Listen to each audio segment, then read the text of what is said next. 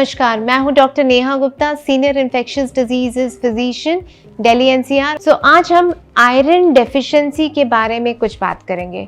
पहला तो iron deficiency क्यों होता है।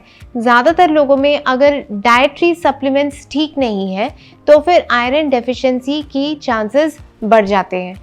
लेकिन कुछ बीमारियां भी होती हैं जिनसे कि आयरन डेफिशिएंसी के ज़्यादा चांसेस होते हैं, जैसे कि कुछ वर्म इन्फेक्शंस। अगर पेट में कीड़े हैं उनकी वजह से आयरन डेफिशिएंसी हो सकता है। अगर किसी को ब्लीडिंग ज़्यादा हो रही है या खून लॉस ज़्यादा हो रहा है तो उन लोगों में भी आयरन डेफिशिएंसी के चांसेस बढ़ जाते हैं। तो अगर जैसे गर्ल्स हैं, यंग गर्ल्स हैं जिनमें कि मेनोरेजिया या फिर मेंसेस के दौरान ज़्यादा ब्लीडिंग हो रही है, किसी को अगर पेट से खून निकल रहा है, जैसे कि पाइल्स की शिकायत है जिसमें कि ब्लीडिंग पर रेक्टम या एनस में से खून निकल रहा है, या हेमोरॉइड्स की शिकायत है, तो उन लोगों में भी आयरन डेफिशिएंसी हो सकता है। अगर किसी को ब्लड निकल रहा है यूरिन में से, या फिर कोई और अगर बीमारी है जैसे कि खांसी में से खून निकलना, तो इन सब में भी आयरन डेफिशिएंसी के चांसेस बहुत बढ़ जाते हैं। तो 3 मेन कारण है, डाइट, दूसरा है वर्म इन्फेक्शंस और तीसरा एक्सेसिव ब्लीडिंग, जो कि किसी भी जगह से अगर हो तो फिर आयरन डेफिशिएंसी हो सकता है। तो इसके क्या क्या सिम्टम्स हैं। सबसे पहले तो आयरन डेफिशिएंसी अनीमिया। पेशेंट को पहले तो बहुत ज़्यादा वीकनेस, थकान, फटीगेबिलिटी, इरिटेबिलिटी, किसी काम में इतना ज़्यादा मन नहीं लगना, कुछ काम करें तो थक जाना, ये सब कुछ इनिशियल सिम्टम्स हो सकते हैं।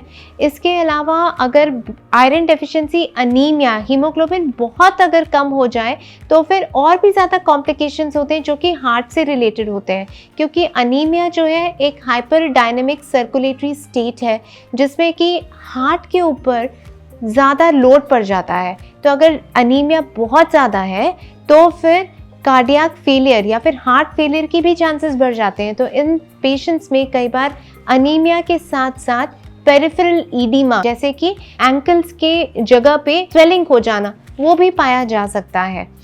पीलियापन, नाकों में भी जो हमारी नॉर्मल पिंक कलर होता है वो भी पेल हो जाना, आँखों में थोड़ा सा विजन में भी प्रॉब्लम हो जाना, और यहाँ पे जो पैलर है वो पीलापन हो जाना, ये सब कुछ साइंस है आयरन डेफिशिएंसी अनीमिया के। मोस्ट इम्पॉर्टेंट है कि हम इसको कैसे डिटेक्ट करें। तो ये सारे सिम्टम्स को हमें अर्ली डिटेक्ट करना होता है कि हाँ ऐसा पॉसिबल है कि आयरन डेफिशिएंसी अनीमिया हो। और एक simple CBC, that is complete blood count, हमें क्लू दे सकता है आयरन डेफिशिएंसी अनीमिया के लिए।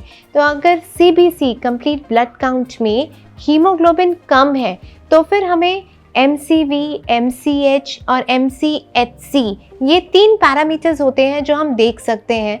और अगर मान लीजिए MCV, MCH और MCHC कम है तो फिर ये माइक्रोसाइटिक हाइपोक्रोमिक अनीमिया डिटेक्ट करता है, और इसका most common cause iron deficiency anaemia होता है। इसके अगर हम दूसरा पहलू देखें तो फिर अगर MCV, MCH या फिर MCHC अगर ज़्यादा है तो फिर इसको हम मैक्रोसाइटिक हाइपरक्रोमिक अनीमिया बोलते हैं, जिसका की कारण विटामिन B12 डेफिशिएंसी होता है।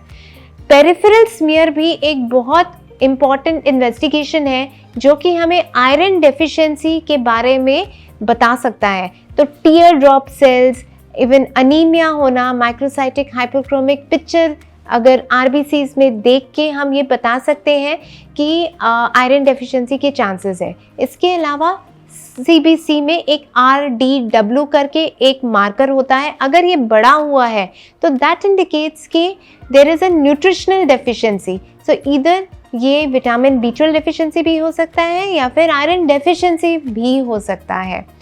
आयरन डेफिशिएंसी का एक बहुत इम्पॉर्टेंट डिफरेंशियल डायग्नोसिस है थैलेसीमिया, जिसमें कि माइक्रोसाइटिक हाइपोक्रोमिक पिक्चर पाई जाती है।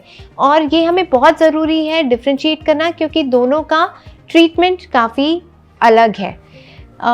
अगर हम इन्वेस्टिगेशन का देखें तो हम इसको कैसे डिटेक्ट कर सकते हैं। सीरम आयरन स्टडीज़ होता है जिसमें कि हमें पता चल जाता है कि आयरन की कमी कितनी है, ट्रांसफरेंस सैचुरेशन कितना है, सीरम आयरन लेवल्स कितना है, और अगर डेफिशिएंसी है तो हम इसको करेक्ट कर सकते हैं।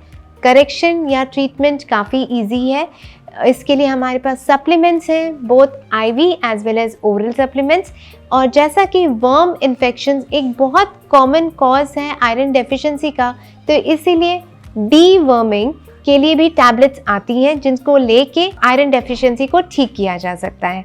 आयरन डेफिशिएंसी को ठीक करने के लिए एक इम्पॉर्टेंट फैक्टर ये भी है कि हम डाइटरी सप्लीमेंट सही तरीके से लें।